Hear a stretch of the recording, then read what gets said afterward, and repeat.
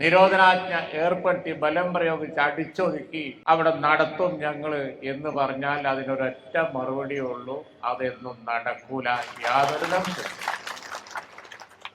അങ്ങനെ ആര് നടത്താൻ നോക്കിയാലും അത് നടക്കൂല. നടക്കുമോ? ഞാൻ ഊക്കും പമ്പും പറയല്ല. ഒരു പഞ്ചായത്തിൽ ഒരു പ്രദേശത്ത് കൊണ്ടുപോയി ജില്ലയിലുള്ള മുഴുവൻ മാലിന്യം കൂടി സംസ്കരിക്കുക, തള്ളുക എന്ന് പറഞ്ഞ അത്തരം വിഷയങ്ങൾ പ്രായോഗികമല്ല. അതിനെതിരായി ജനങ്ങളുടെ പ്രതികരണം ഉണ്ടാവും, സ്വാഭാവിക പ്രതികരണങ്ങൾ ഉണ്ടാവും. അതാണ് ഇവിടെ ഉണ്ടായത്. അതിനെ 144-ഉം നിരോധാജ്ഞയും പോലീസ് ആക്ടും ബാക്കിയുള്ളതും എല്ലാം കൊണ്ട് മർദ്ദിച്ചൊതുക്കി പോയിട്ട് കാര്യമില്ല. ആരാണ് ഇതൊക്കെ ഇത്തരത്തിലുള്ള വിഡ്ഢിത്തരങ്ങളൊക്കെ ചെയ്തിട്ട് എന്താ കാര്യം? അത് മഹാവിഡ്ഢിത്തരാണ്. ഞാൻ വരുന്ന മലപ്പുറം ജില്ലയിലില്ല. കാരണം എന്താ, അവിടെ കുറെ പ്ലാന്റ് ഉണ്ട്. ഇവിടെ കുത്തകയാണ്, അതാണ് പ്രശ്നം. ലോകത്തുള്ള എല്ലാ മാലിന്യവും കൂടി കൊണ്ടുവന്ന് തള്ളി അവിടെ സംസ്കരിച്ച് അമിത ലാഭം ഉണ്ടാക്കാൻ വേണ്ടി കമ്പനി നോക്കുന്നതാണ് ഇവിടുത്തെ കാതലായത്.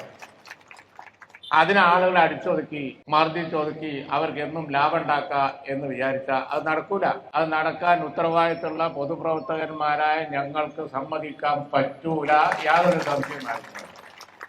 ഒരു ദിവസം 2 ദിവസം നിങ്ങൾ നടത്തുമായിരിക്കും, അല്ലെങ്കിൽ ഒരു മാസം നിങ്ങൾ നടത്തുമായിരിക്കും. ഇപ്പൊ കമ്പനി കൂട്ടി കിടക്കുകയാണ്. തുറന്നാലും ആളുകളെ മർദ്ദിച്ചൊതുക്കി എത്ര ദിവസം നടത്തും? അത് നടക്കൂല. നടക്കാത്ത കാര്യം നിങ്ങൾ ചിന്തിക്കരുത്. ജില്ലയിലുള്ള മാലിന്യെല്ലാം കൂടി കൊണ്ടുവന്ന് ഈ കോഴിപ്പാട്സ് എല്ലാം കൂടി കൊണ്ടുവന്ന് ഇവിടെ സ്റ്റോക്ക് ചെയ്ത് അത് കിടന്ന് നാറി ചീഞ്ഞ് പുഴുത്ത് അത് പിന്നെ സംസ്കരിച്ച് അത് അവിടുത്തെ ജനങ്ങളെ എപ്പോഴും സഹിച്ചു പോവുക എന്ന് പറഞ്ഞ കാര്യം അധികൃതർ, കലക്ടറായാലും ബാക്കിയുള്ളവരായാലും അത് ചിന്തിക്കാനേ പാടില്ല എന്നാണ് ഉണ്ടായത്. ഒളിവിൽ കഴിയുക, കുട്ടികൾക്ക് സ്കൂൾ പോകാൻ വയ്യ. ഇതെന്താ വെള്ളരിക്കാപ്പെട്ടണോ? ഇത് കേരളമല്ല, ഈ നാട്ടിൽ ഇങ്ങനെയുള്ള സംഭവവികാസങ്ങൾ ഉണ്ടാകാൻ പാടുണ്ട്. അപ്പൊ അതുകൊണ്ട് അത്തരം ഭീകരാന്തരീക്ഷം സൃഷ്ടിക്കുന്നത് അധികൃതർ അടിയന്തരമായി അവസാനിപ്പിക്കണം. എനിക്ക് ജനങ്ങളോട് പറയാനുള്ളത്, ഇന്നു പോലെ ഭീകരാന്തരീക്ഷം കഴിഞ്ഞു എന്ന് വിചാരിച്ച് ധൈര്യമായി എല്ലാവരും മുന്നോട്ട് വരണമെന്നാണ്.